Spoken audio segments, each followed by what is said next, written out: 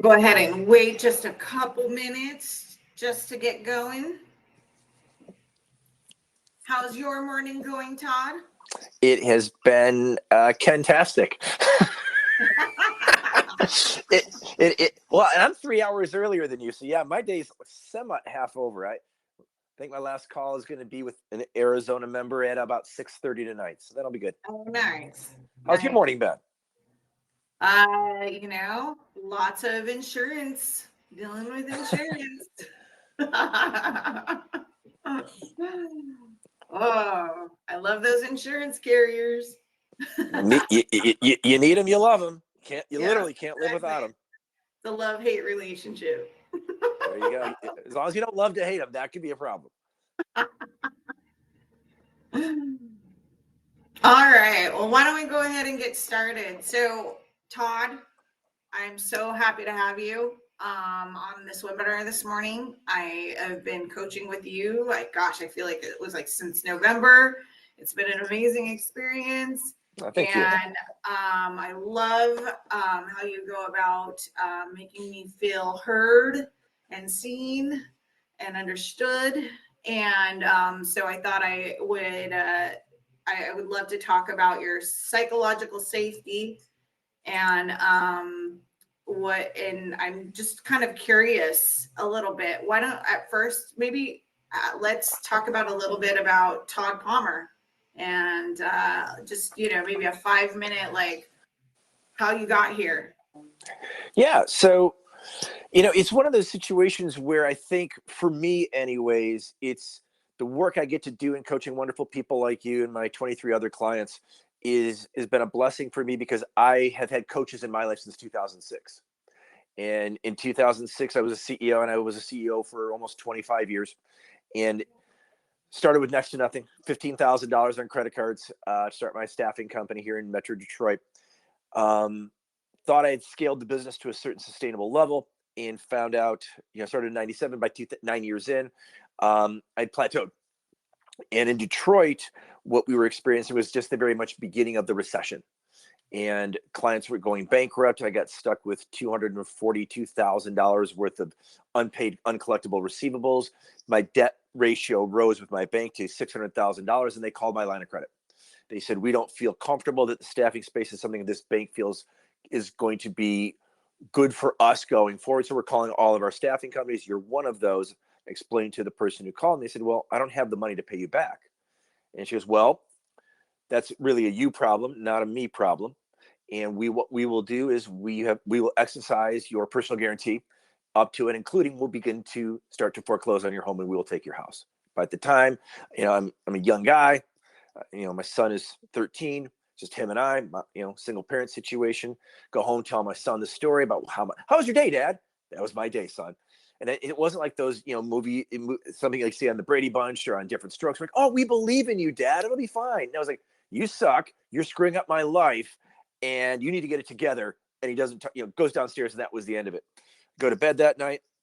I don't get out of bed for 2 days. What happened is I became what is called clinically depressed, and I could not function. Finally get up, and for the first time in my career as an entrepreneur, I raised my hand and I hired somebody to help me. I hired my first coach. I worked with that coach. His name was Greg, from 2006 until, oh my gosh, like 2013, 7 years. In that process, we turned the company around. We got paid off all the debt. We made this list called the Inc. 5000, the 5,000 fastest growing companies in America. We made it 6 times in 7 years as Detroit's most fastest growing company. Wow. In the process of that, I mentioned the 13-year-old, in that he graduated from high school in 2009, and he leaves me this note one day: "Dear Dad, you love your business more than you love me. I never want to talk to you again. Love, Tyler." And he moved out to California. In the part of that process, I hired my second coach, a guy named Dr. Danny Friedland. He's a neuroscientist. He wrote a great book called Leading Well from Within. Basically, you cannot lead others until you can first lead yourself. Worked with Danny for another 7 years and helped me repair the relationship with my son. So the stuff I want to talk to you today about is some of the psychological safety stuff that I learned from Danny. Also, I always fold in who are my sources? Dr. Danny Friedland, first and foremost. Dr. Marsha Reynolds, as well as John Gottman and Harville Hendricks around imago couples therapy. Because in any relationship is between two parties, whether it's a husband and wife, parent and child, CEO and COO, coworker. So we want to create psychological safety in those spaces. And I found that in experience with my son, I did not create a psychologically safe home. It's embarrassing to say, but it's become the passion for my work with wonderful clients like you and the others that I serve, because I find it as a coach, it's really important to be three things: authentic, transparent, and vulnerable around how I show up and some of the messes I made and some of the successes I had. So that when I work with folks like you, we are able to help you figure out what do you want and why do you want it. And as we figure those things out, then we figure out what our bottlenecks are. And often, not always, but often the bottleneck comes from us as the entrepreneur, as the CEO, as the leader of our organizations, as well as the leader of our households. So the stuff I want to talk about today, I love the slide here: create a safe space to encourage your team's best work. I would add on also to create the best and safest household for your family. And I'll tell some stories about that. Awesome. So that's where I come into, like, how did you get here? What gave you the idea around psychological safety? I was pretty unhappy. I was like, what's going on? And why do I keep doing some of the things I've been doing? And working with Dr. Friedland, when you understand the brain like Danny did, we would talk about things like my mindset approach. And I would see like, oh, I suck. The title of my book, From Suck to Success. I would beat myself up, but the itty bitty shitty committee in my head would start having daily meetings. I'm $600,000 in debt. My kid isn't talking to me. And somehow the success on the ink list, it was confusing to me. And we started really uncoupling my internal dialogue as well as the dialogue I created with others. I don't know if this fits for you as a CEO, but for when I was a CEO, I would listen to the issues of my customers, issues of my employees, and issues of other CEOs I knew. And I would be just listening, and I'd be coming up with, okay, Jessica said this. Well, this is my solution. This is how I would handle it. And I would listen to respond. And it's almost like loading the bullets in a chamber of a gun. I would just shoot those at you. Here's how you should do to solve your problem. Well, what that would make you do is immediately put you on the defensive. It would mean you would pull back, and you would not want to be in my space to support you. Whereas with psychological safety, we listen to absorb and not respond. We use a completely different part of our brain. I was using my amygdala because my amygdala came into play because I wanted to stay safe. And I had fight, flight, and fear around the bank taking my house, all the struggles and challenges. So it makes sense from a 10,000 foot view that I would be in that unsafe space. The reality was I worked my way out of that, but I hadn't given myself license to grow. So working with Dr. Friedland, I realized if I operate my neocortex, I will operate my highest plane.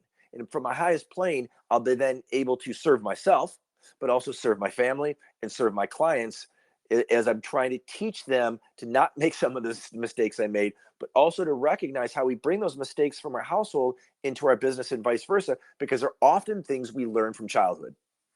Yeah, I would agree. It's funny that you bring that up because my daughter, for example, she'll always tell me, Mom, I don't want you to tell me what to do. I just want you Yeah. to listen to me Yeah. and hear me.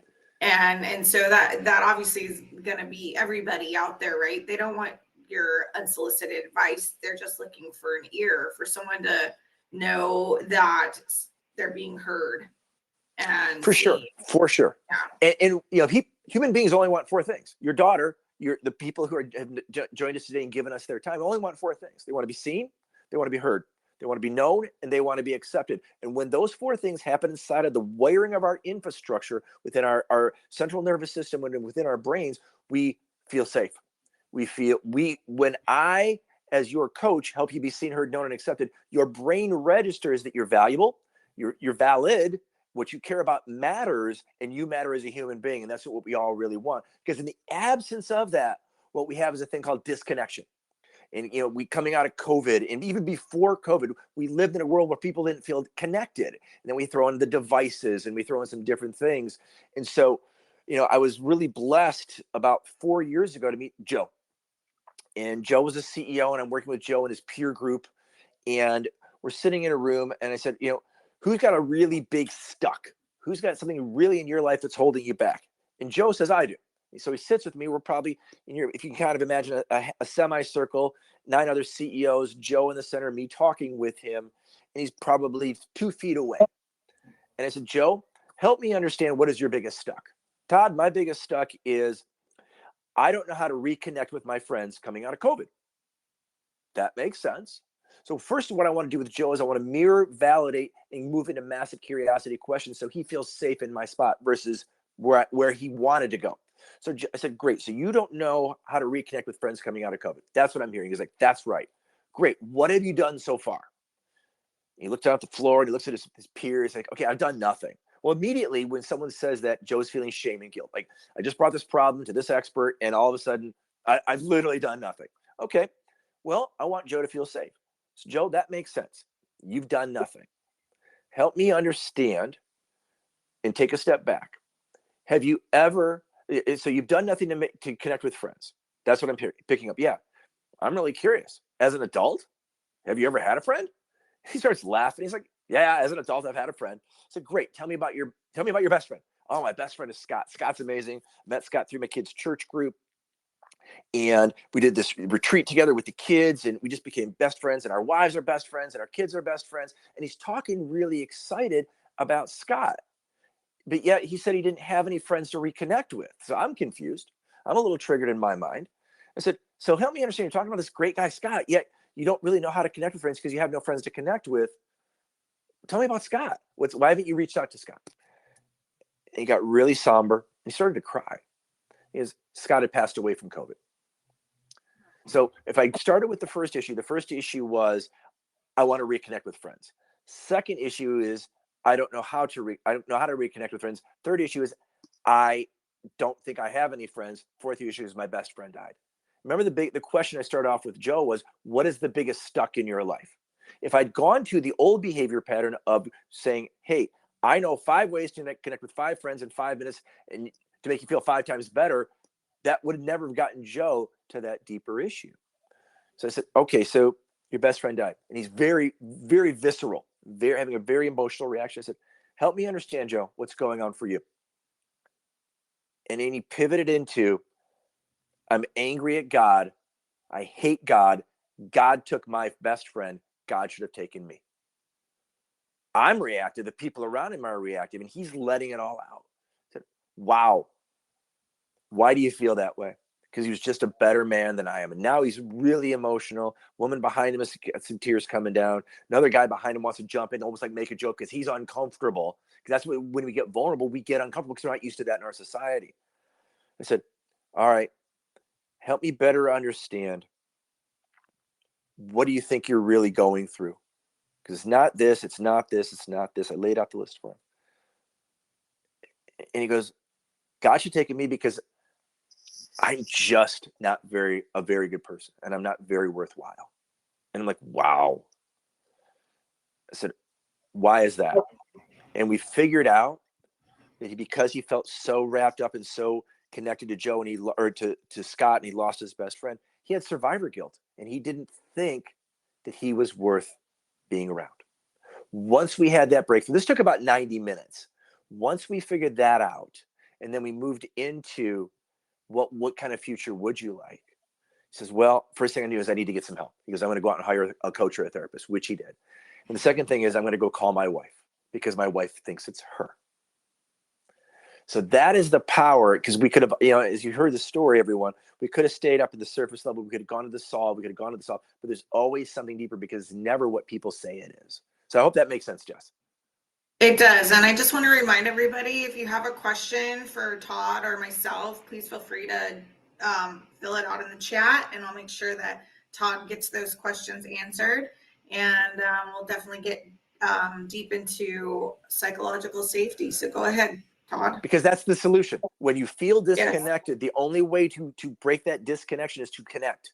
And the safest way to do it is via psychological safety, because it's never what you think it is. I didn't know Joe.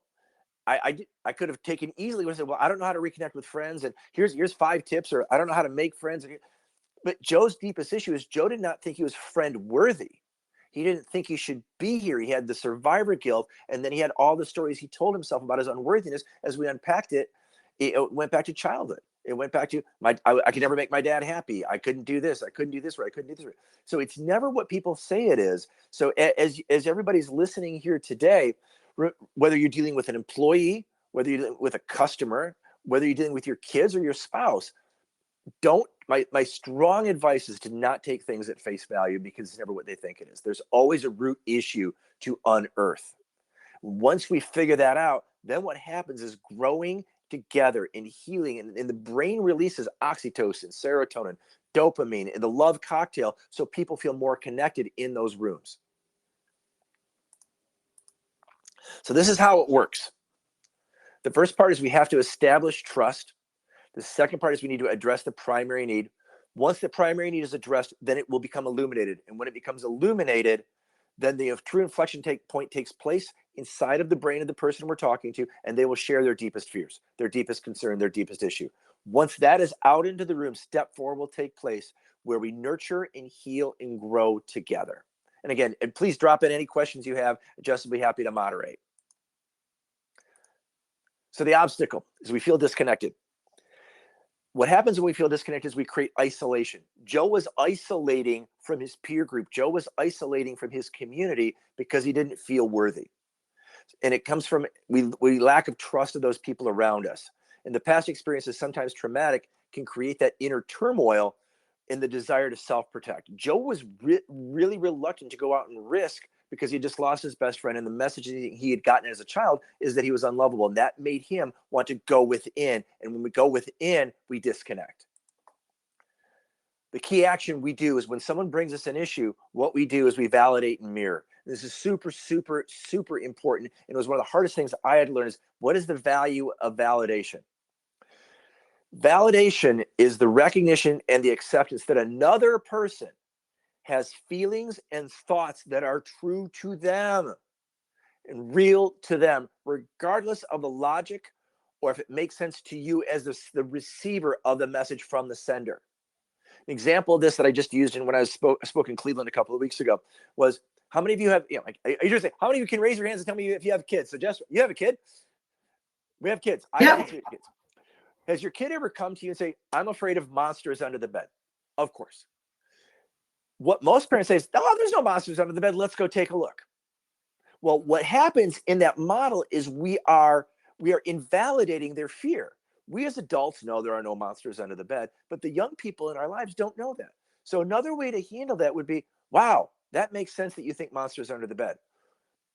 When I say to the child or to anyone something makes sense, it makes sense to them. It doesn't make sense to me. And it doesn't need to make sense to me. It has to make sense to them. And in order to be seen, heard, known, and accepted, the first thing is you must be seen and heard. So Johnny, it makes sense that you think there's a monster under the bed. Makes sense to me. I'm super curious. What do you think the monster is going to do? The monster's going to eat me, Dad. Okay, I'm glad. It makes sense that you think that. What would you like? How can I support you and help you around this? What would you like Dad to do? Come and check my room out. Be happy to. What we typically do as parents is we immediately get off the couch or get out of bed and go down the hall and turn the lights and prove them those monsters, go back to thinking we pat ourselves in the back, we crushed it. The kid doesn't feel validated, doesn't feel seen, heard, known, and accepted. So validation communicates that we understand the person's perspective. It does not equal agreement. I don't have to agree with Johnny that there's a monster under the bed. And it is not about solving the problem. It is about making him feel seen and heard, so that if you see in the model, Johnny, what would help you most? Please come and check, turn the lights on and check my closet, check under the bed, Dad. That totally makes sense. It does not mean making something valid when we validate someone else. And that's a real struggle people have. So why do we validate? How does it work inside the mechanisms of the mind? Validation improves our interactions with others by listening to understand in a non-judgmental way. It's our job to manage our reactivity. It's our job to manage our judgment. It's our job to manage the stories we're telling ourselves about Johnny or Joe. I didn't know Joe. He might not be worth being a friend, but I didn't know that. So why should I judge him? I don't know if there's monsters under Johnny's bed. He may have seen a bug. Well, in the mind of a child, that could be a monster. Let's honor them. Let's help them out. So when I validate anyone, it improves our interpersonal effectiveness by removing the pressure to prove who is right.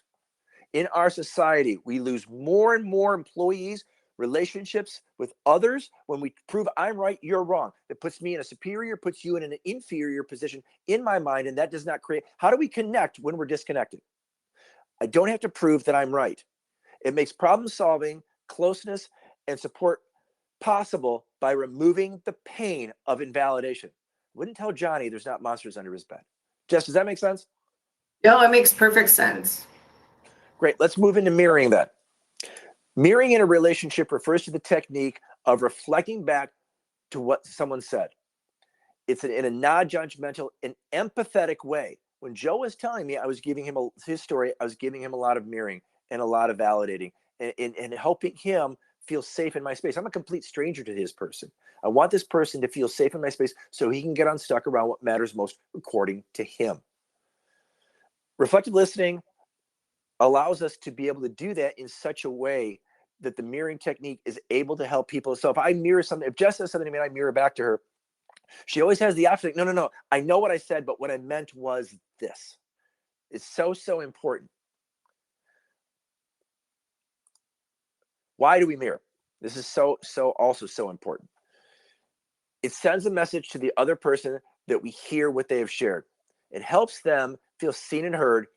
It builds trust by showing them that we are paying attention. It also helps clarify any misunderstandings or miscommunications that may have occurred. Mirroring creates a sense of connection and respect. Because the goal is to establish trust. Step one is to establish trust and security. And creating trust and security through mirroring and validation involves acknowledging and affirming someone's thoughts and feelings and experiences. I didn't have Joe's experience. I just wanted to validate that for him. I don't know if there's a monster under my kid's bed. I want to validate them. I want to help them feel that way. When we mirror someone, we reflect on their words and their emotions to show what we understand. If you remember in the story I was telling Joe was having a lot of reactions. I never once identified, you seem angry, you seem hurt, you seem upset. What I said is, that seems very emotional for you. Tell me what that means to you. I don't want to feed out a line to him so he grasps that and then he doesn't own his experience. I want him to own his experience because this helps the person feel seen, heard, known, and accepted, basically. Step two, I want to address the primary need. The key action is massive curiosity. The desire to understand and be understood is within each of us. It's within your teammates, it's within your clients, it's within your employees, it's within your spouses and significant others. Curiosity unlocks the potential for a deeper connection and plays a vital role in vibrant, fulfilling relationships. And curiosity breeds intimacy. We want to have intimacy in our lives. I'm curious here. Oh, you're curious about curiosity? I love it. Yes, I am. So I am curious about the fact that, is this kind of deriving from this whole imposter syndrome, right? Like we're pretending to be somebody that we're not. And then, and so, like Joe, for example, use Joe as an example, right? Like he internally felt like he was not worthy and things like that. But on the outside, you wouldn't have probably guessed that that's how he felt inside. No, not at all. Does this process kind of open people up to kind of shift and not feel like they're hiding their true selves? Absolutely, without question. It's the only way I've seen for people to remove the masks and show their true selves, because we only take down our masks when we feel safe, and it takes a lot of work and effort to feel safe. We live in a society where feeling safe is not prevalent, even in what are supposed to be some of our safest areas. You would think the relationship between a parent and child, the parent is a caregiver of the child to take care of the child. You would think the child will feel safe. Well, the parent, through her programming, may or may not know how to do that. I always argue parents do the best they can with what they have. What I'm excited to share with you guys today is here's a different way to show up around being massively curious so your kids feel seen and heard. Awesome. Thank you. Yep. So one of the techniques I'm a real big fan of is tell me more. And we got a couple here on the screen of here's what tell me more sounds like. Help me understand this better, Joe. Walk me through that. What is the most difficult part about this for you? Where are you at in your decision-making process? That sounds like a sales technique a little bit. Where are you at in your decision-making process? Are we signing up for this? Are you going to buy that? But it helps people to get unspooled around these key actions and these key initiatives too. So Mark Manson, I'm a big fan of Mark Manson. He has a great book out there, The Subtle Art of Not Giving a Blank. And he argues that massive curiosity creates empathy. We want to operate in a space of empathy. Empathy allows us to stay at a distance from others versus sympathy. When we feel sympathy for someone, we get into the muck with them. We get into the issue with them, and we are a co-collaborator to the narrative. When we create things with empathy, it allows us to keep a little distance so we can better serve them to help them get unstuck. The greatest thing I found in coaching people is when I'm able to help them understand that they have the power. They're both the cause of the solution to all their problems. And when they have the power to get unstuck, then they own it and they make massive changes with internally versus having to depend on a best friend like, yeah, you go, girl, or hey, yeah, she deserved that, or he did. No. That doesn't deserve anybody. Let's keep it above that. Let's approach with empathy and compassion so that we can gain a knowledge from others, fostering growth for the both of them, like Manson talks about. It also prevents arrogance. I mean, those of us who are CEOs on these calls, sometimes we think pretty highly of ourselves, present company sometimes included. And it removes arrogance, and it manages our internal judgment of others and quells stagnation.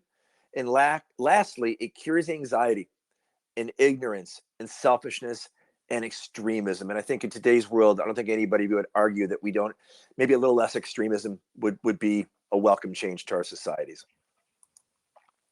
Because the goal is we want to be able to help the brain relax. The brain, we will move from the area at the bottom in the pink. That is your amygdala.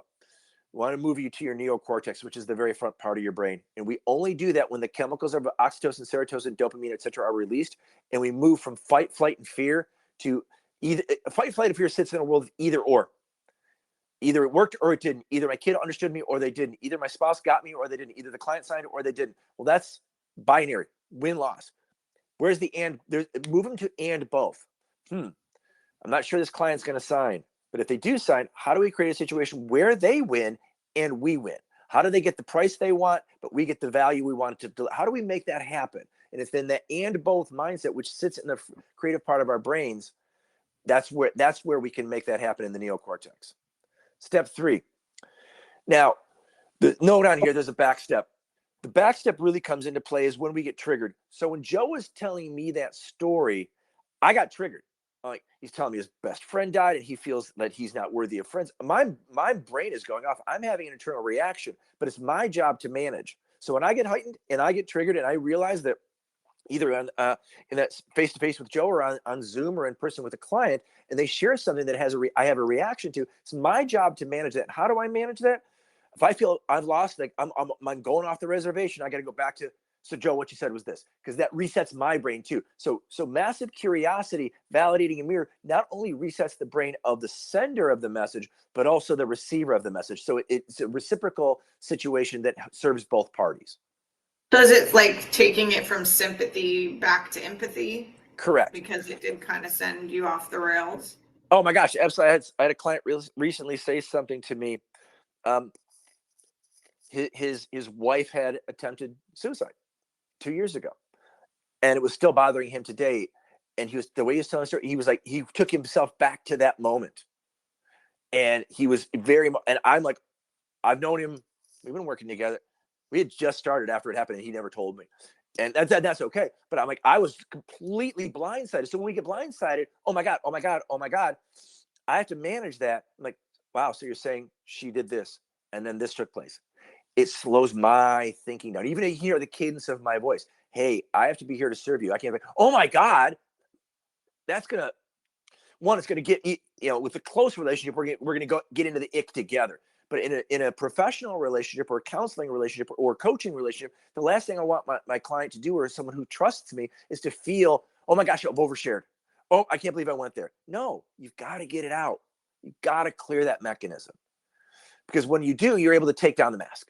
You're able to get your true authentic self out there versus, how do we typically go through life? How are you doing? Great. I'm great too.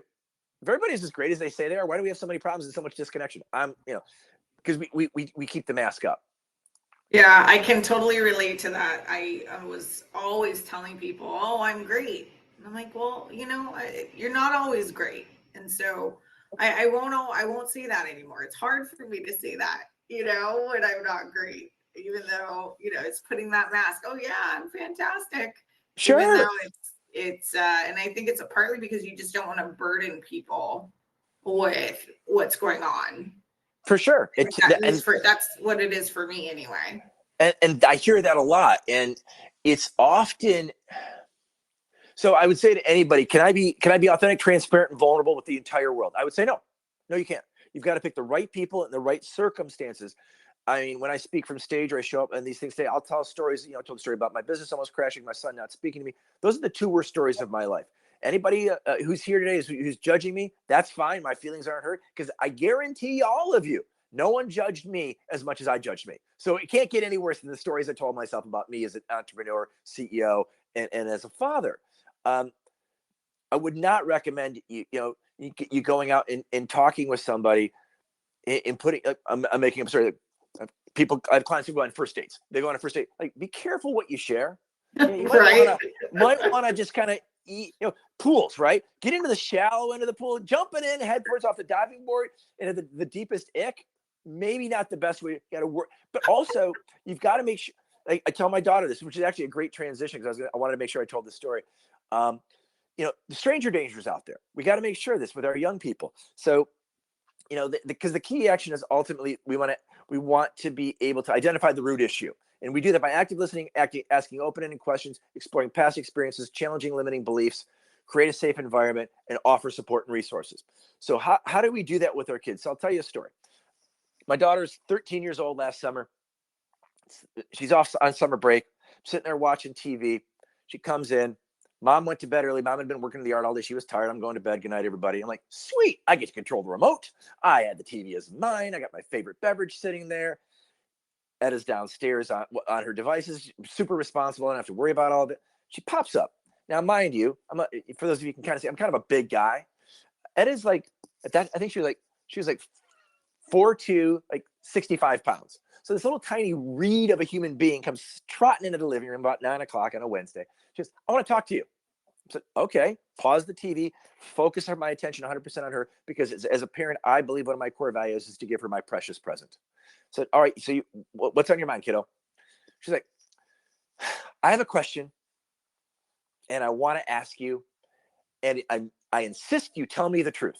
Now, hear the tone of my voice. I'm getting a sing-songy little bird, 9 o'clock at night, probably, hopped up on some Mountain Dew or Dr. Pepper. I want to ask you a question. I want you to tell me the truth. I said, do you promise you'll tell me the truth? I said, absolutely, sweetheart. I promise I'll tell you the truth. Now, hope you're all sitting still. Hope nobody's driving. This is the question I, as a father, got asked. Is it true that all teenage boys want to rape all teenage girls? And I'm like, so talk about reactivity. Just for those of you who can see me, I'm just like, yes, I was immediately reactive to the question. Now, immediately apply the techniques. Okay, so sweetheart, I want to validate what you're saying. This is your question. Do all teenage boys want to rape all teenage girls? Is that your question? That is my question. Great. I will answer that. I want her to feel safe, and I don't want her to feel blown off. Often kids report they just feel dismissed and blown off by adults, and I didn't want to do that to her. So this is your question. Yes, it is. Okay, great. I have some questions so that I can give you the most appropriate answer. And remember, I will answer your question. She goes, what is your question? I said, my question is, where did you hear this? I heard it at school. Did you hear it from a teacher or from classmates? I heard it from classmates. All of a sudden, I get reactive again. Oh my gosh, what happened? The alarm bells are going off. I'm like, okay, I have a real serious question. You heard it from a classmate. Is this something that happened to the classmate? Oh no. We were just talking about it at lunch. I'm like, okay. Now I'm experiencing confusion. Okay, great. So your question is this, and this is what you want to understand it. So you heard about this from another student. I'm really curious, sweetheart. Do you know what rape is? She goes, yes, I do. What do you think it is? Well, it's when two people have sex. Okay, honey, are you open to a different definition of rape? Sure. I said it's an act of violence typically perpetrated between two parties, typically a boy upon a girl. Oh, she's a little shocked by my answer. I said, sweetheart, is your real question, do all teenage boys want to have sex with all teenage girls? She's like, yeah, that's my real question. And I said, yeah, they pretty much do. Because I was a teenage boy, right? She's like, she starts busting out laughing. She goes, I knew it. I said, well, I'm really curious. Why are you asking me? She goes, well, because you're a boy. Well, that makes sense. I said, why didn't you ask your mom? And this is important. This is not to bash your mom, by the way. She was like, well, my mom would have gotten really emotional and she probably wouldn't tell me the truth. Makes sense. Next morning, mom gets up. Kiddo's still sleeping, having coffee. I start telling her the story, just like I told you guys. What's the first thing out of her mouth? Well, of course they do. And I tell her, we get through the whole story. I said, just hold on a second, put a pin in that. Hold on a second. Tell her the complete story. She's like, oh my gosh, I completely didn't answer the right question. It's never what they tell us it is. It's never what they tell us it is. What Etta decided to do when she told me that story, we got her to be authentic, transparent, and vulnerable. She felt safe in my space. I'm a trusted party in her life, and I'm able to support and help her. So where do we get to? We get to agape love, and that is the goal. I feel safe. I feel I can trust. I am seen. I am heard. I am known, and I am accepted via psychological safety. The technique is called reflective inquiry. That's what we've been talking about. Marsha Reynolds is your source for that. Danny learned it from Marsha. I learned it from Danny, but it's reflective inquiry because it's never what they say it is. It's always a root issue. So for those of you who love to take pictures of slides, this is the slide I tell you to take a picture of. Well, actually, Todd, I created it as a handout. So look at you go. They don't even need to do anything. They can just download the handout. Oh, there you go. Yeah, this is the when I do this stuff from stage, and Jess, you've seen me before. Like this is like people like, hold on a second, don't move that slide. They're taking pictures with their kids. So I love that you thought enough of your audience to download the slide for them. It's so important because you have it in one fell swoop of what to do. Just to recap real quickly, psychological safety via reflective inquiry. You guys got to remember, it's never what they say it is. Remember Joe. Remember Etta. I don't know how to make friends. Is it rate versus sex? What does it come down to? It shows up in our business life and it shows up in our personal life. The goal is to help them feel safe, and we have to establish trust. The key technique is mirror and validate. Mirror and validate.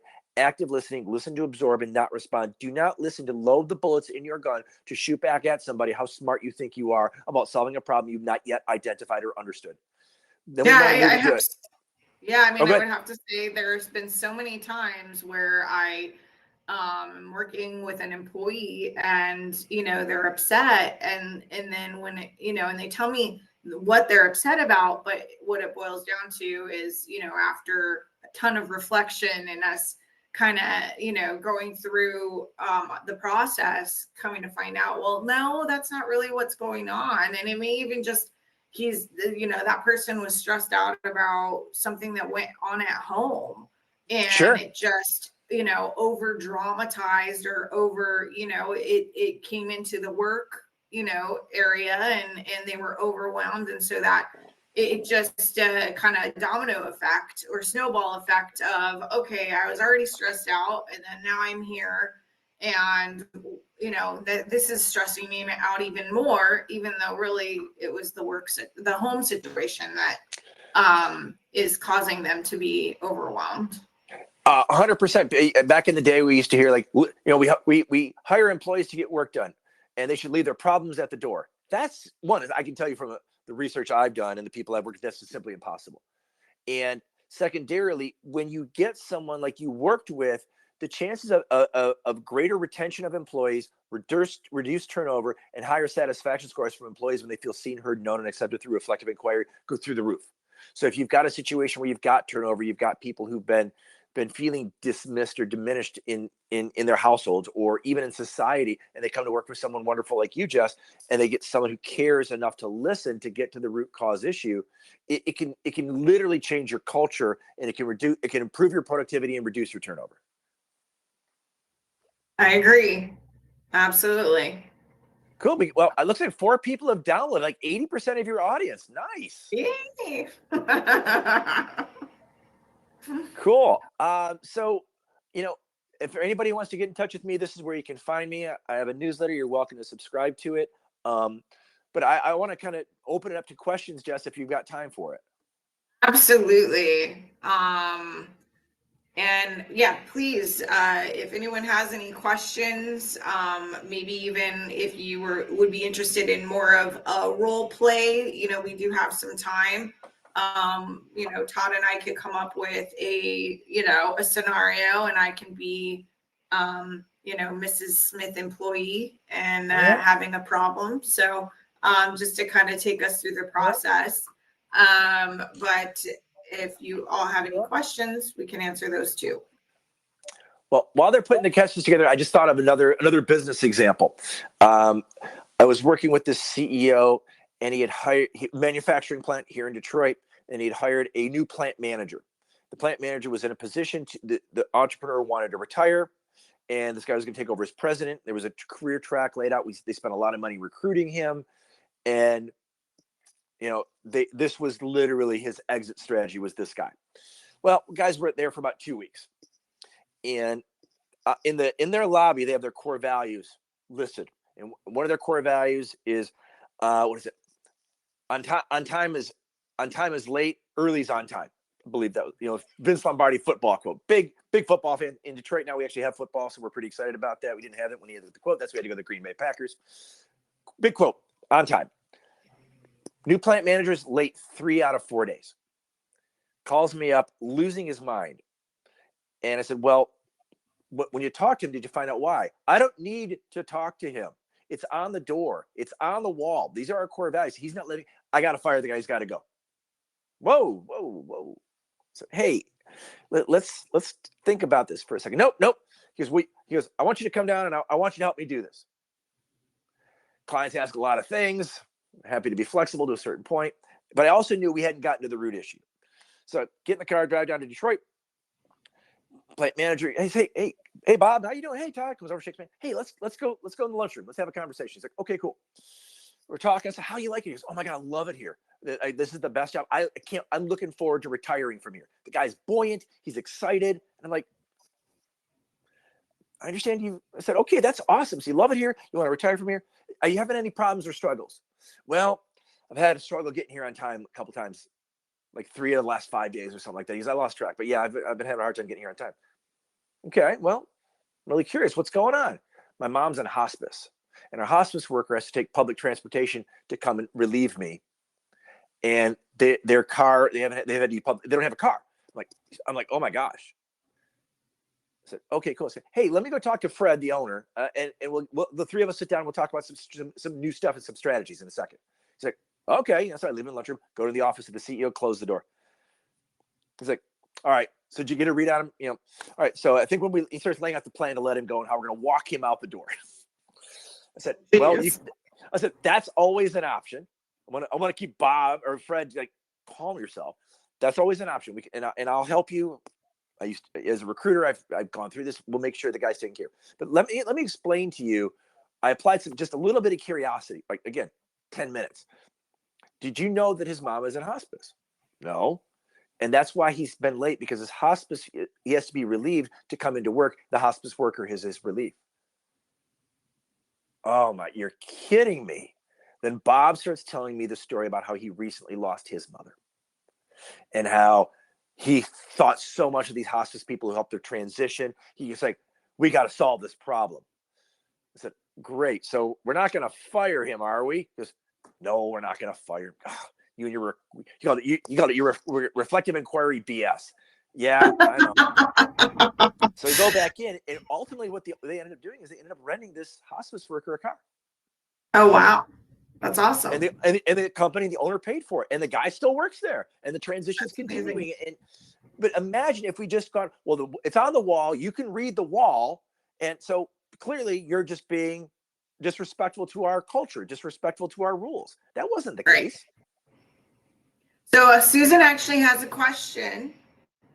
And, I would have to say that it's hard working and dealing with aging parents, right? And there's, I think, a lot of backstory when it comes to that relationship, right? There may be some intensity already there, and issues, underlying issues already there between parent and child. So do you have any scenarios on how to work with your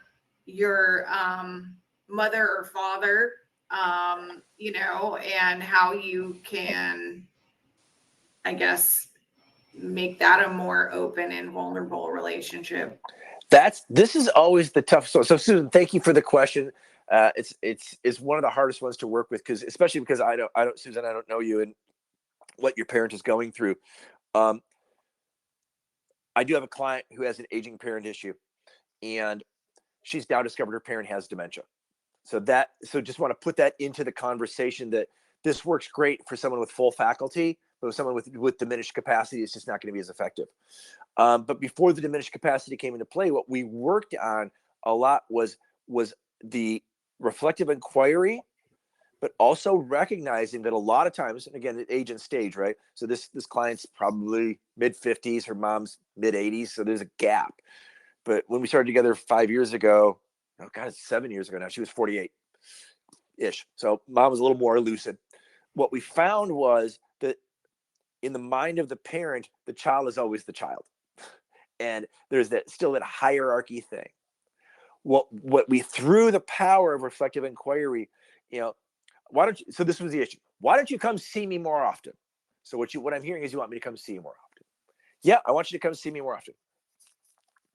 Well, then it moved into how often is too often.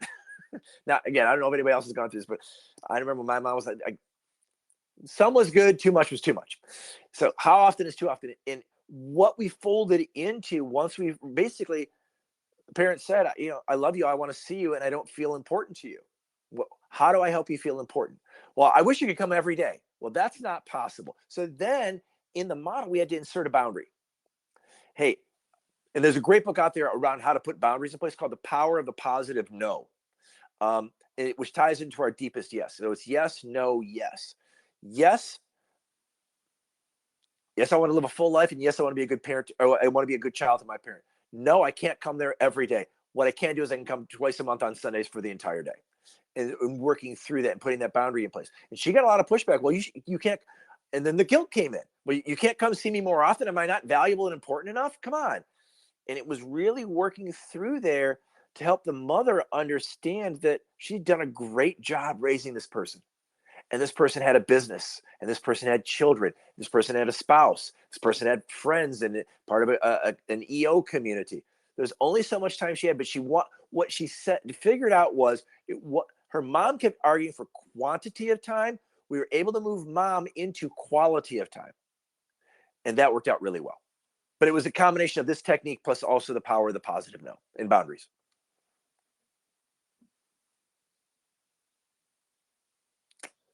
Yes, balancing boundaries and guilt are excellent starting. And balancing guilt is a real thing. And parents are really good at parents are really good at that. And it's really toxic and dysfunctional. It's just not helpful. It's really tough, definitely. Very tough. Anyone else have any questions? All right. Well, I thank you again so much, Todd, for coming on here and talking about psychological safety. I know in my own EO journey, this has been something huge for me, and learning how to communicate better and be more vulnerable with people, the right people. Yes, so important. And yeah, thank you so much. Thank you for the opportunity, Justin. If anybody wants to reach out, there's my contact information. Thank you, Jess, for having me here. Always great to see you and to give back to the people that you care about the most. Yes, absolutely. You have a great day. Take care. Bye.